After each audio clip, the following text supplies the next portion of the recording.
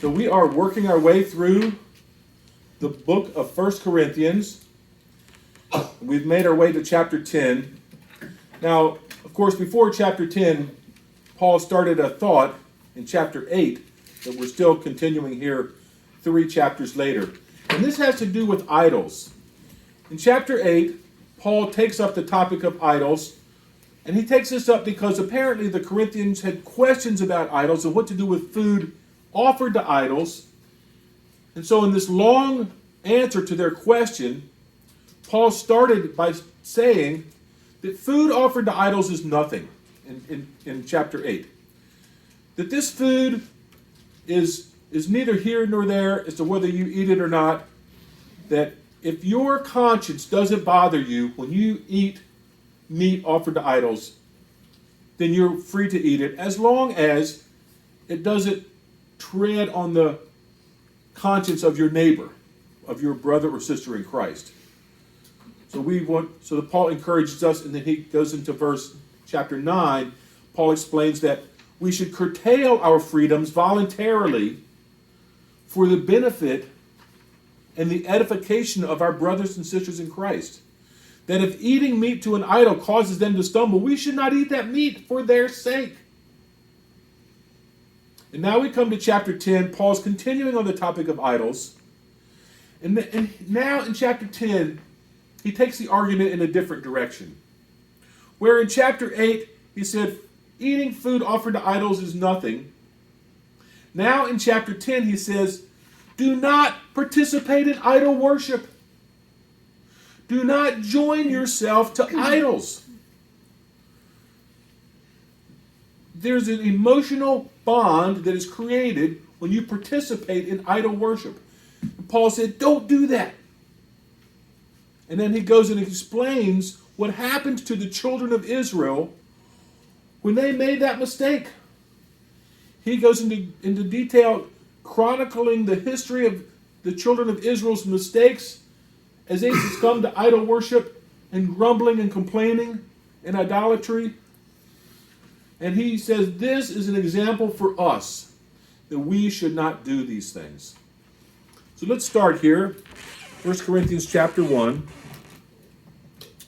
Moreover, brethren, I would not that you should be ignorant. So Paul doesn't want them to be ignorant. We have a way of forgetting what happened in the past.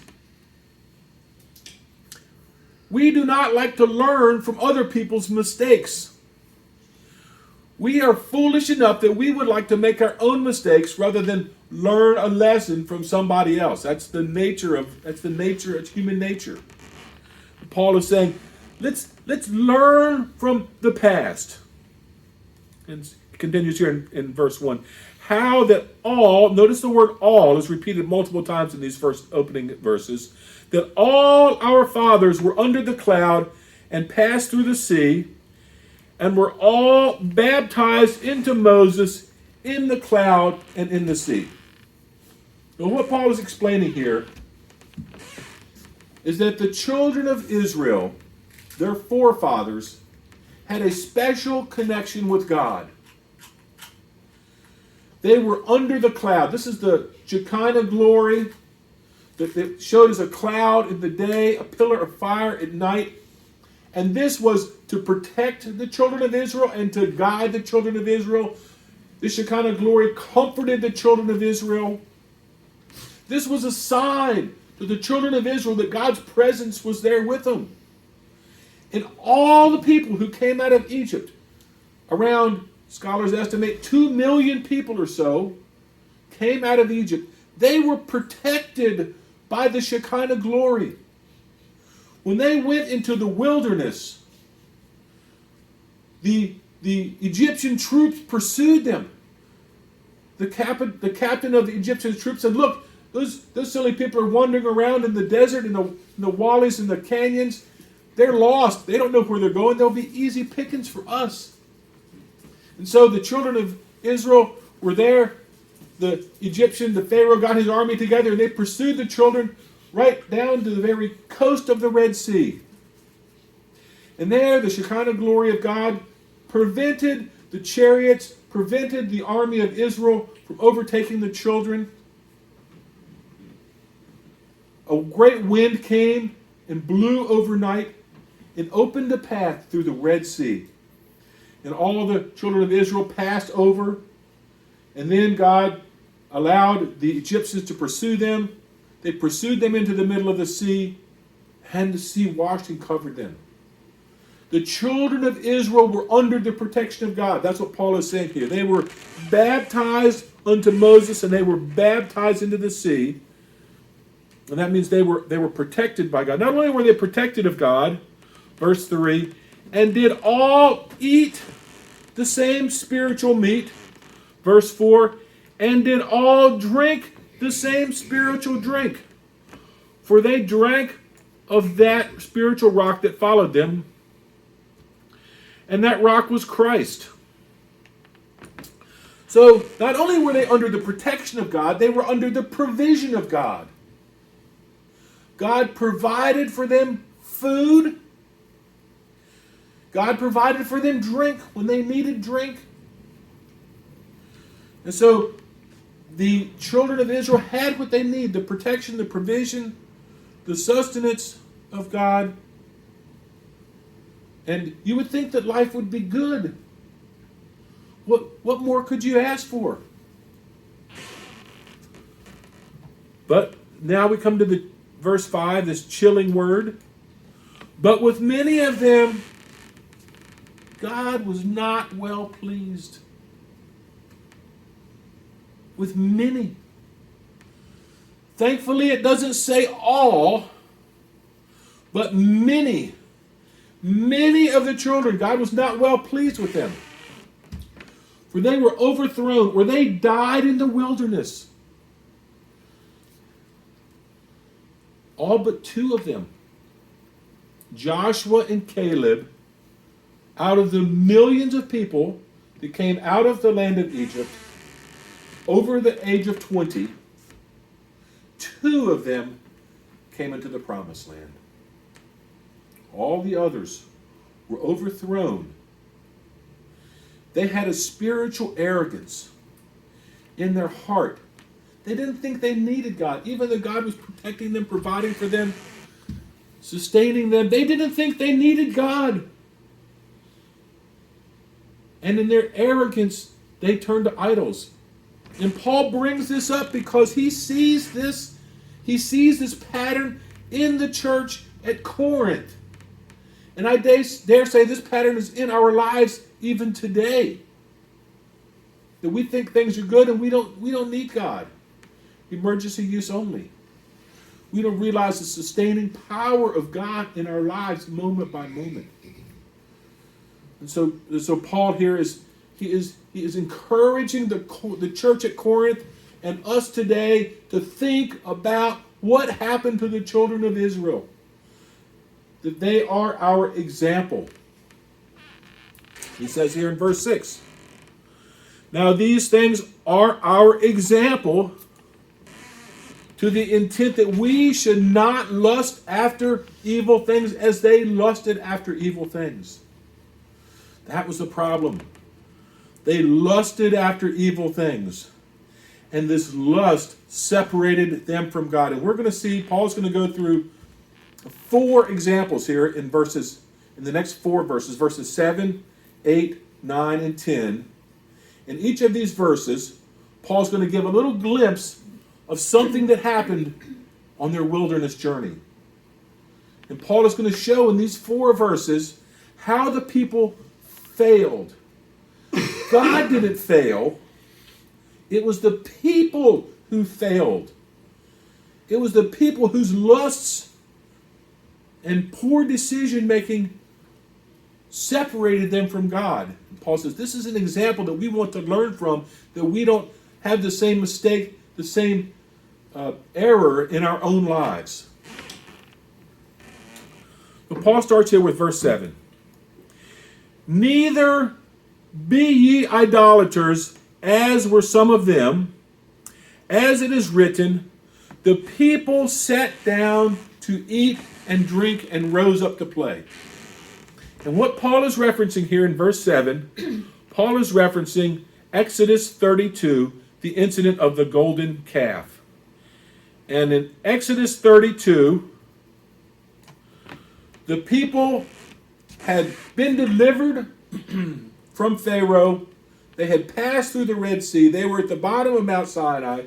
Moses was on top of the mountain receiving the commandments of God, the 10 commandments. The people were down below, and they began to say among themselves, and when the people saw that Moses delayed to come down, the people gathered themselves together unto Aaron and said unto him, Make us up gods which shall go before us. As for this Moses, this man which brought us out of Egypt, we wot not what has become of him. We don't know what's become of Moses. He's on the mountain for a long time. And so here and through this section of verses in Exodus 32, it explains how Aaron collected gold from the people, and he made this molten image, and the people bowed down to worship it. When Aaron saw the golden image, he built an altar before it, and Aaron made proclamation and said, Tomorrow is a feast to the Lord. And they rose up early on the morrow and offered burnt offerings and peace offerings, and the people sat down to eat and to drink and rose up to play. This was a false god. This was not the Lord. Aaron said it was the Lord, but it was not the Lord. This was a false idol that they were worshiping in place of the Lord. They were making peace offerings, burnt offerings before this idol. This is a terrible, terrible sin.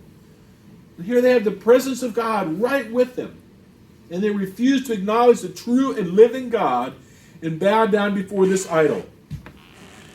And at the end of verse 6, and the people sat down to eat and drink and rose up to play.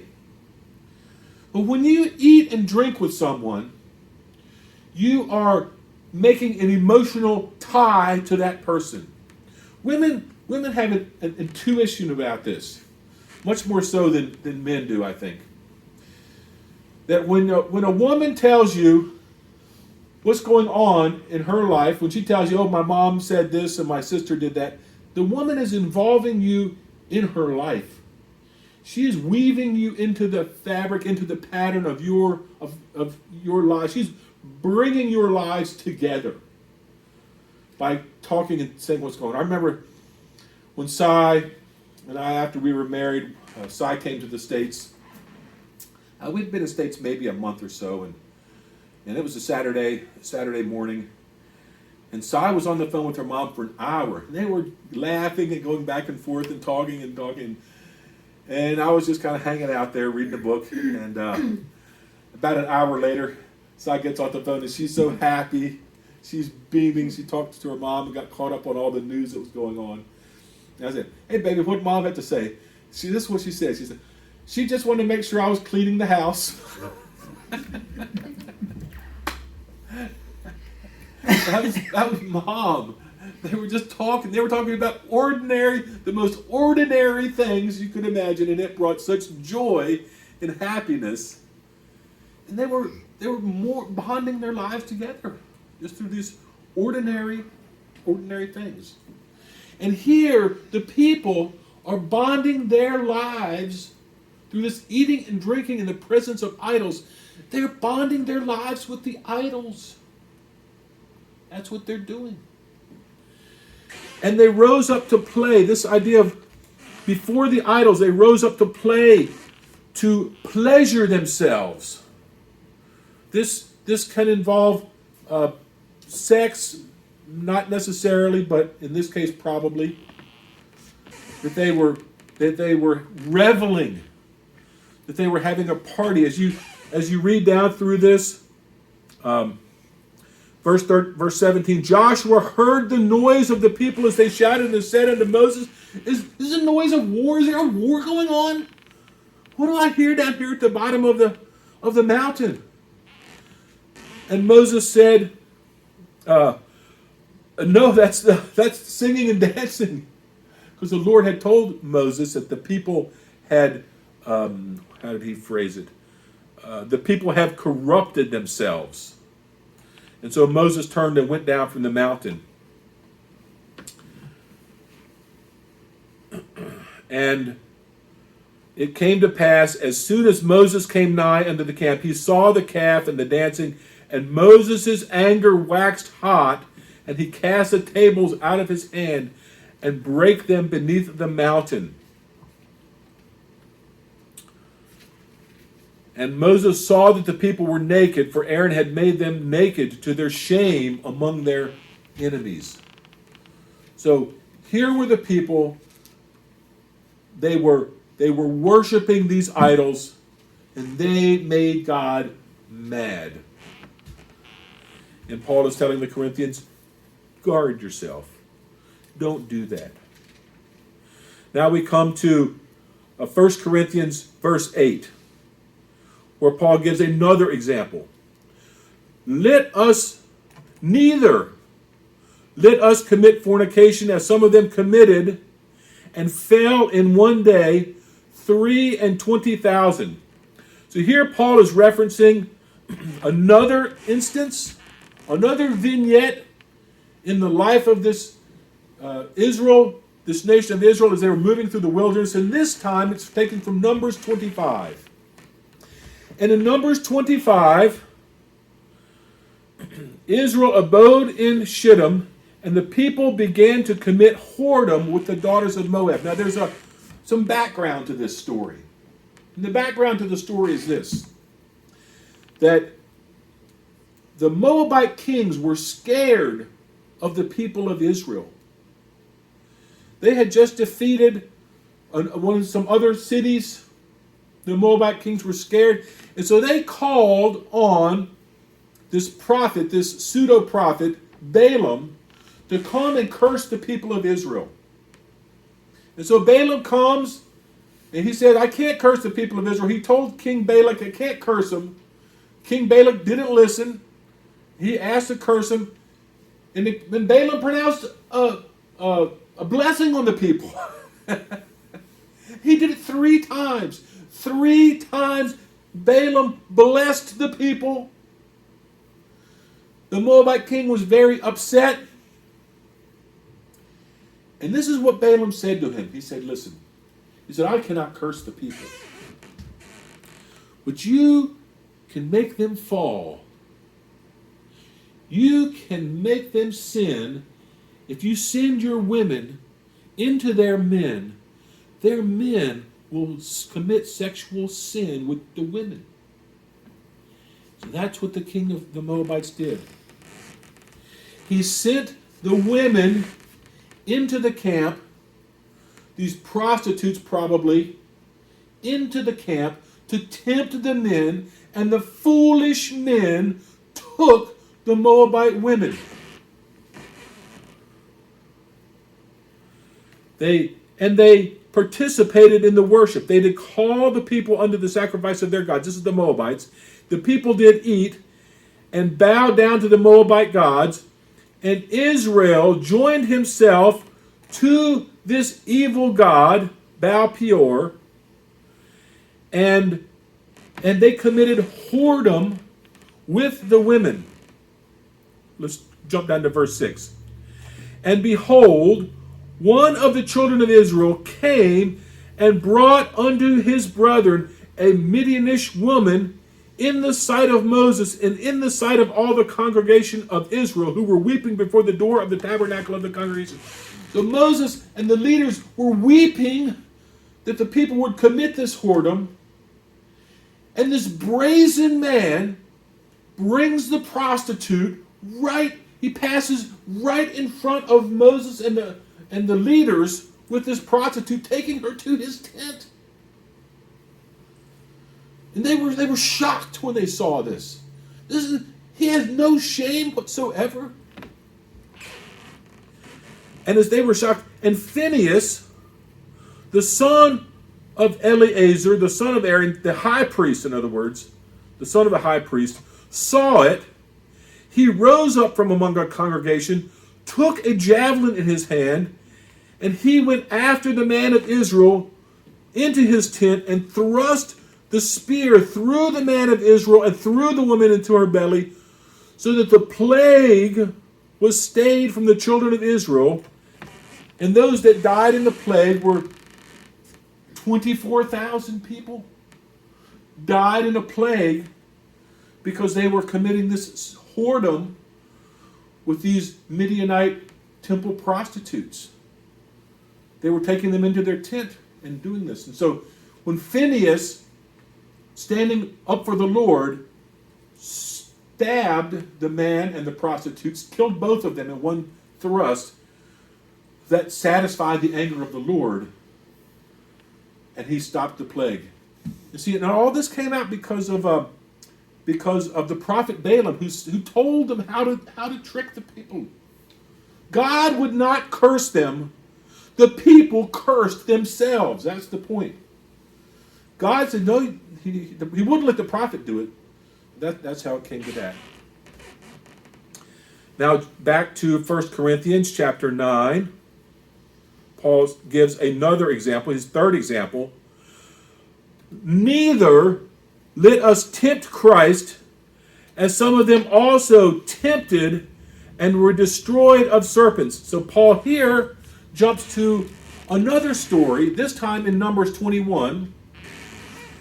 And the background to this story is that the people were traveling to the promised land. They were on their way to the promised land. They were walking through the desert. They wanted to go through the land of Edom. The Edomites were their cousins. The Edomites came from Esau, the brother of Jacob. And the Edomites wouldn't let them go through. They said, no. The people of Israel said, well, we'll pay to go through. We'll pay for the water and the food. They said, no, we don't want you to come through the land of Edom. So the people had to go around the land of Edom. It was a long, hot journey. It was a long way out of the way for them to do this. And as they were making their way around to compass about the land of Edom, the soul of the people was much discouraged because of the way, because of how long it was taking and how hot it was. And the people spoke against God and against Moses with these words, "Wherefore have you brought us up out of Egypt to die in the wilderness? For there is no bread, neither is there any water, and our soul loatheth this light bread."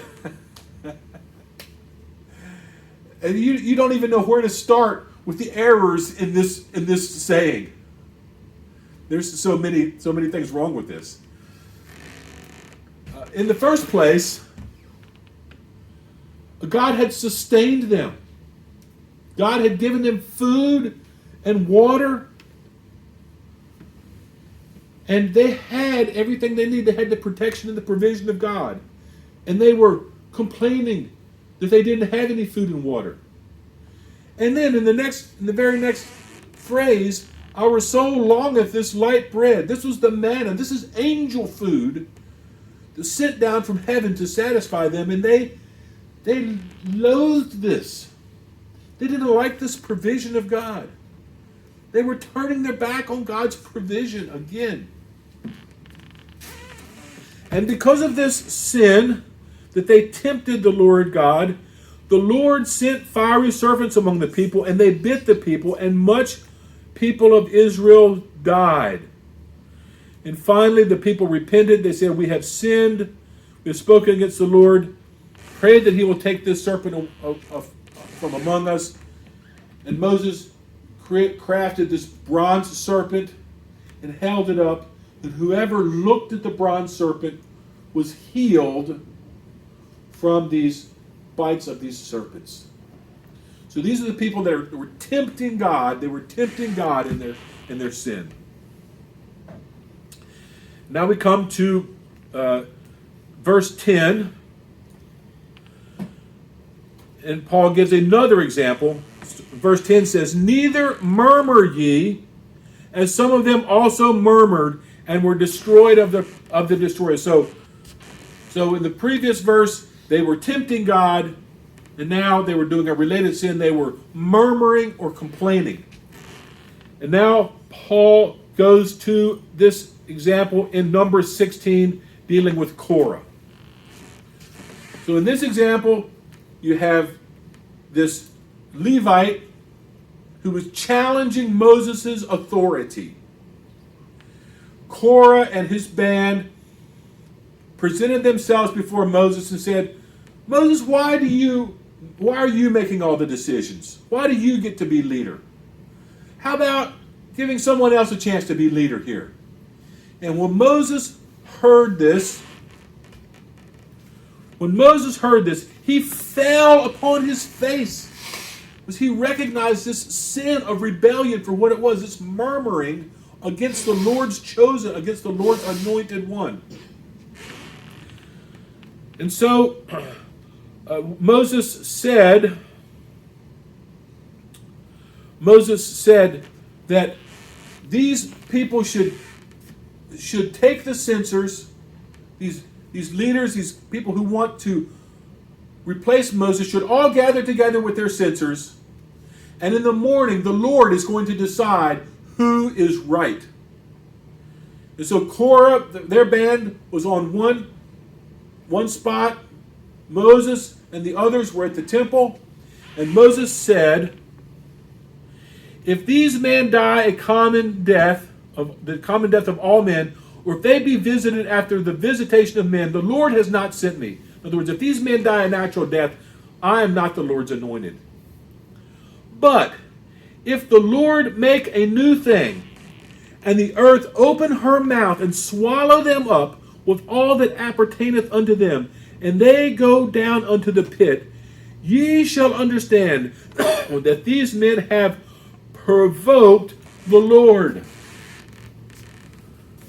And what happened? The ground opened up and swallowed all of these rebellious, treasonous complainers and murmurers. As he made an end of speaking all these words, the ground clave asunder that was under them. The earth opened her mouth and swallowed them up, and all the men that appertained to the court, all their tents, their goods, women's, children's, camels, everything was swallowed up by the earth. They went down alive unto the pit, and the earth closed among them, and they perished from among the congregation.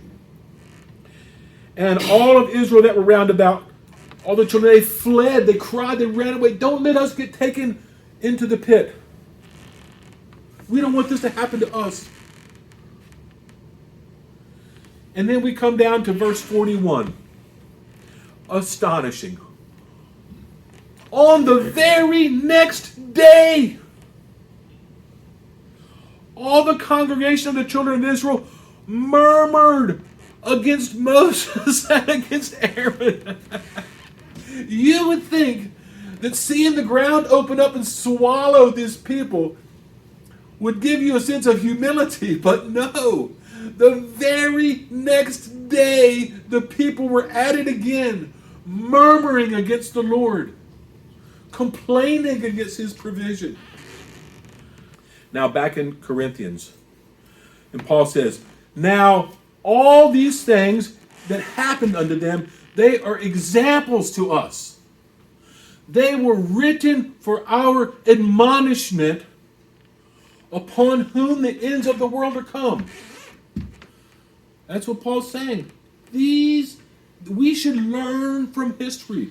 We should learn from these people, from what happened to the children of Israel, not to tempt the Lord, not to lust after idols, not to commit whoredom, not to murmur, complain, and tempt the Lord. Just don't do that. Wherefore, let him that thinketh that he standeth take heed lest he fall. That is a very sobering verse. To take heed, to be careful. Don't be proud in your Christian life. Don't be complacent in thinking that you can just go along and get along. Love God. Surrender yourself to God, to the mercy of God, to the care of God. Now Paul addresses the temptation, because we have temptations all around us. So verse 12, take heed lest you fall. Now verse 13 balances that, saying, there hath no temptation taken you but such as is common to man. But God is faithful, who will not suffer you to be tempted above that which you are able. But with the temptation will also make a way to escape, that ye may be able to bear it. So Paul acknowledges that temptation is a part of our experience. We tend to think that the temptations that we have are unique to us, that our temptations are overwhelming to us. But Paul says, no, God will not allow us to be tempted beyond what we are able to bear. That this temptation is something that happens to everybody. The devil would like to get us isolated and thinking that we are especially persecuted, especially under duress, that we should just give up and give in. But don't do that. God has made a way of escape. We have to find that way of escape. We have to avail ourselves of the provision that God has given to escape that temptation, to get out of that situation. Whatever is causing the temptation, to find the way out of that. To glorify God with our lives, with our humble submission to His will in our life. Hallelujah. May God be praised.